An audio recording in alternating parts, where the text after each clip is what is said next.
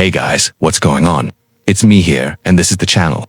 And today we have a video for you guys called the 10-second loop. This was written by Nick Wernham, and if you've seen my videos before, you know how excited I get when somebody takes something and makes it specifically tailored for mobile devices.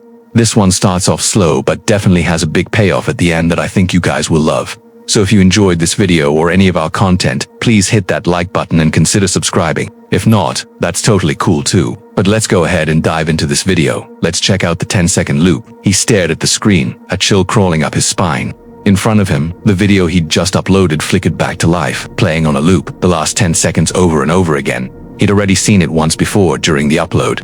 Once while it was processing, the platform showed him a preview of the video with an annoyingly glitchy overlay. He thought nothing of it until he saw it again later that night. What was supposed to be a leisurely scroll through his own content turned into a nightmare when he realized the glitch wasn't on the original footage. It was only on the uploaded version. It happened every single time. Some subtle shift in the light, a sound that was never there before, a movement in the corner of his eye.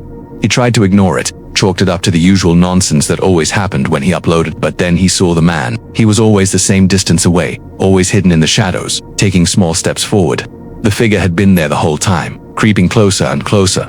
He rewatched the clip he'd just uploaded. This time he slowed it down to half speed. That's where he noticed it. At first it was just a shadow, barely visible against the wall behind him. But as the clip played, the figure stepped into view. It was a man in a hoodie and jeans. He was staring directly at the camera, his face obscured by the dark fabric of his top. He looked vaguely familiar, but he couldn't place it. The worst part was that the figure was getting closer. Every time he uploaded a video, the man in the hoodie would take another step. Sometimes he reached out a hand, but it never quite touched the edge of the frame. In the beginning, he'd been so far away that all you could see was the outline of his body. Now his face was filling the frame, his eyes boring into the camera lens. He tried everything he could to fix it. He checked his settings, upgraded his equipment, even bought a new phone. But no matter what he did, the man was still there, and now he was moving faster. It seemed like every few days he would take another step, inching closer and closer. The thumbnail of every video he uploaded was the same, the man reaching out towards the camera. It didn't matter if he deleted the video or changed the thumbnail. The platform would always replace it with the next iteration of the creepily accurate prediction. The comments were the worst. Every time he uploaded, a wave of people would flood the comments section. He's doing it again. What are you doing? He took another step, didn't he? The countdown continues. They were talking about the man in the video, of course, and about how he seemed to be matching their own lives.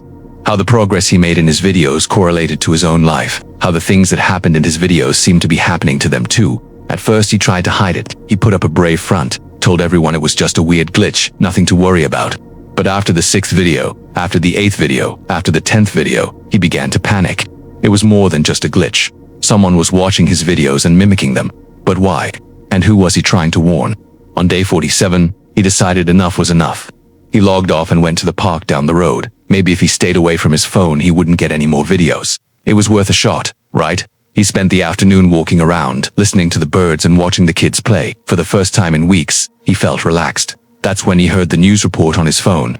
A woman was standing in front of a burning building, her voice tight with urgency. She reported a fire at an apartment complex downtown, urging anyone inside to evacuate immediately. He knew that building. It was the one he lived in. He ran, practically flying down the street, adrenaline pumping through his veins. He had to get home. He needed to get his stuff. He fumbled with his keys, bursting through the door and grabbing his laptop. He didn't care about anything else. He didn't even bother to lock the door behind him. He just ran. As he made his way through the smoky halls, he could hear the screams and the sirens growing louder. Then he saw it. The fire. It was everywhere, licking at the ceiling, blocking his only way out. Trapped, he ran back to his apartment, collapsing on the floor, defeated.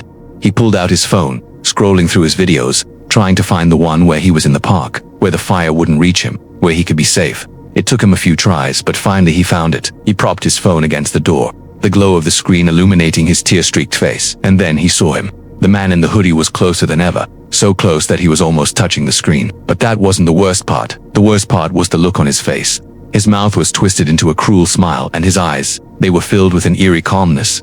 In the next video, the fire's closer, lapping at his door, blocking the only way out. The man in the hoodie is even closer now, his face pale and drawn in the flickering light.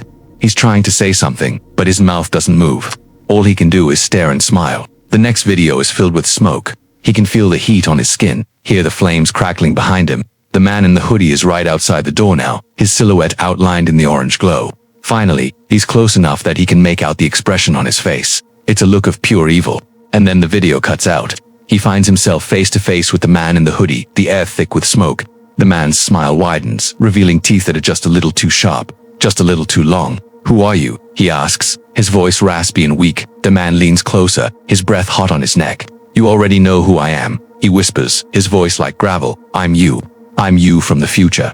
He pulls away, his eyes blazing with urgency. "This fire, it's not an accident. You need to stop it, please," he begs, reaching out a hand. "Don't let it happen." But he can't help him. He's trapped. He's doomed. As the fire closes in, he looks back at his phone. The last video he uploaded is playing on a loop. The man in the hoodie creeping closer and closer until he fills the screen entirely. Then he's gone. The video ends and the screen goes black. He screams as the flames engulf him, the heat searing his flesh, the smoke burning his lungs. He can feel himself changing, his skin hardening, his bones shifting. The last thing he sees before the darkness takes him is the reflection of his own face in the phone screen. It's a twisted mockery of himself, a creature of pure evil, a being born of fire and darkness. Then everything goes black.